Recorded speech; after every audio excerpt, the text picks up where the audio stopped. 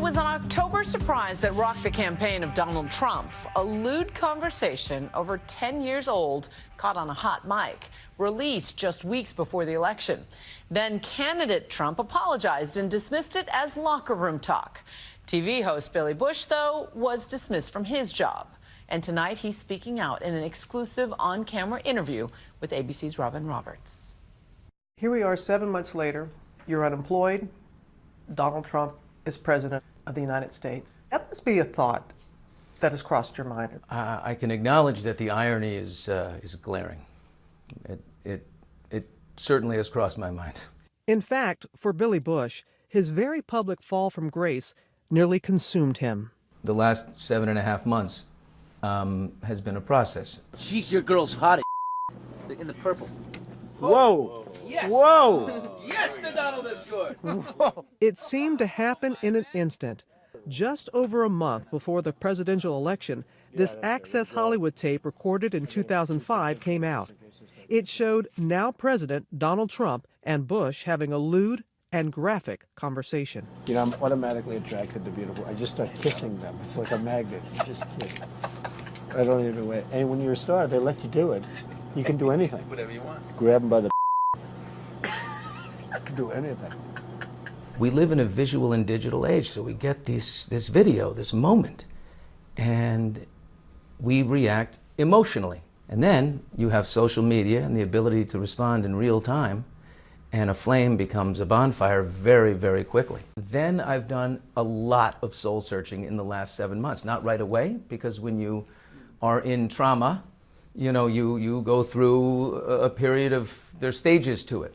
But I did some soul searching and I found some light, and I do not focus on the past. I have no bitterness over it. Back in 2005, Bush was a fresh-face Access Hollywood host, rubbing elbows with Hollywood's elite. He had crossed paths with reality show megastar Trump several times.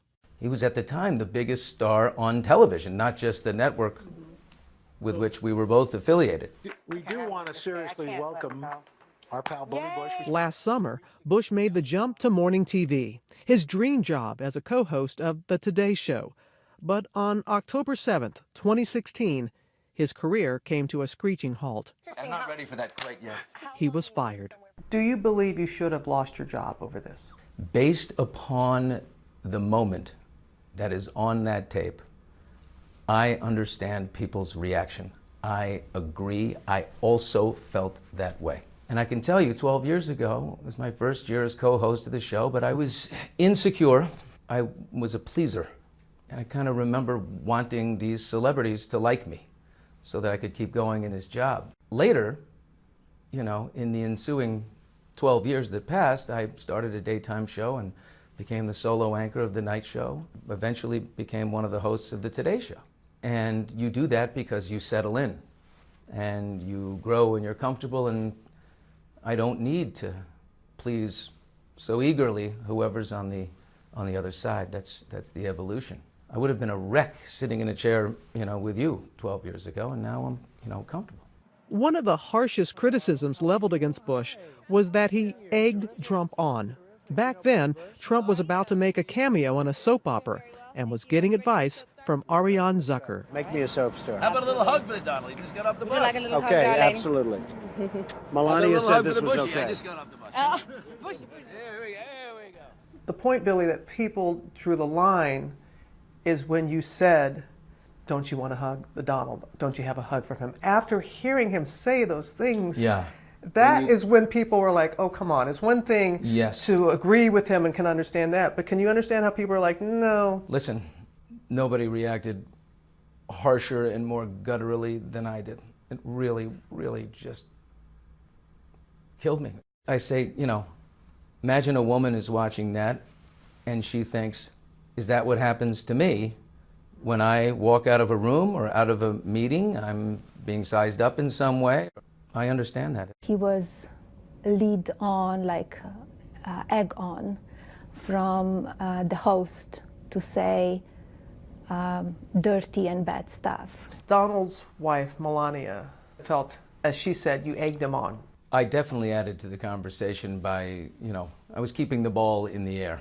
With Trump, it's not much of a give and take. And I remember this moment, you know, when he said what he said at the end. To me, it was more braggadocio, his word, and performance. If I had ever thought, I like to think, that there was a grown man sitting in front of me detailing his sexual assault strategy, I would have called the FBI. There were reports that you knew about the tape and you were talking about it months beforehand. I only talked about it with people who knew prior. I reported it as soon as it happened. I said, you wouldn't believe the things that Trump was saying, you know, off camera. Wait a minute, you reported that tape way back? Yeah, sure. As soon as it was done, when I was recounting what happened, I said, yeah, when the camera left, this is what the conversation was. And it was told me days later, well, that was on. The camera was rolling. There's audio of all that. I said, oh my gosh, wow. But I never thought about it again. But the hardest part about his ordeal, Bush says, was having to face his children. He is the father of 3 girls. My now 16-year-old daughter called me, and she was in tears. And she was really upset. And she said, why were you laughing at the things that he was saying on that bus? Why were you playing along with that? It wasn't funny. And there is no good answer for that. It was 12 years ago, but it was a really bad moment, and I'm sorry. You know me, and that's not the man you know. It must be one thing, Billy, for a stranger to feel that way, but for your daughter to ask you why. Yeah, she didn't want to hear any explanations, just, I'm sorry. What did your wife say to you? She knows very well the man she married and who I am. So she was supportive the whole way through. In fact, up until 5 minutes ago, we were on the phone before I drove up here. You're almost 34 at the time. Is that really, I mean, I understand what you're saying about wanting to prove yourself, but there are some people that said, you're old enough and you've been around enough. I mean, your last name is Bush. His uncle is former President George H.W. Bush. George W. and Jeb are his first cousins. You have been worldly more so than most people. For sure. I should have known better, absolutely. There's no question about that. People also say you should have stopped him. But I didn't have the strength of character at the time to do that. I wish I did. And my reacting to them will be a lot different. Bush says building that strength of character has taken time and self-reflection. Meditation. I spend time on mindfulness. Try to daily. You know, yoga, meditation. I'm trying to increase the amount of now my mind is in, presence. Because most of the time we're spending our thoughts in past or future, going over things that we should have done differently, and in the future, you know, constantly planning things. How do you convince some people who are going to say, you just want your job back?